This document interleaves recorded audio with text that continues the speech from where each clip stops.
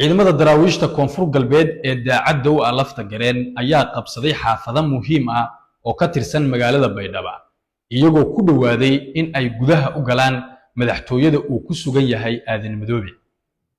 aroornimadii saaka ayay ciidamada koonfur galbeed ee daraawiishta ee daacadda u ah Cabdicasiis Xasan Maxamed lafta gareen waxay magaalada Baydhabo ku qaadeen dagaal 3 jiha. ciidamadan ayaa markii ugu horeysay isku fidiyay qabsadayna aagga loo yaqaan afar irdoodka.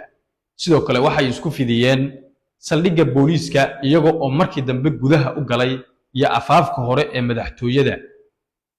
ciidamadan ayaana saaka aroornimadii aagagaas isku fidiyay dagaalkana waxa ay ka soo qaadeen 3 jiho oo ay ka soo galeen magaalada Baydhabo. intaasi kadib waxa ay iska caabin iyo dagaal kala kulmeen ciidamada dawladda federaalka ee ku sugan gudaha magaalada Baydhabo. halkaasi waxa ka dhacay dagaal qaatay muddo saacado ah oo socday wax ka badan 2 saacadood. halkaasi dagaalku waxa uu dhaliyay dhimasho 15 ruux kor u dhaafaysa iyo sidoo kale dhaawac intaasi ka badan.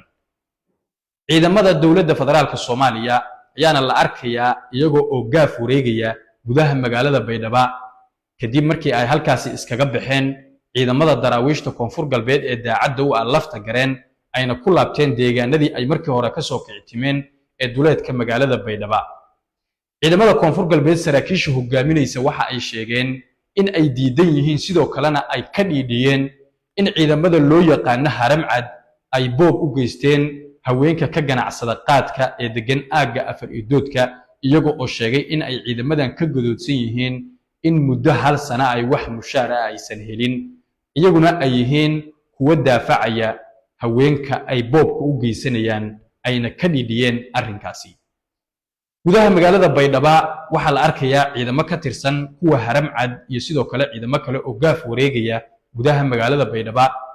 isla markaasina magaalada Baydhabo waxa ay noqotay furin dagaal oo markasta waxa la filan karaa in ay gudaha u soo galaan ciidamada daraawiishta koonfur galbeed oo ay u fududahay.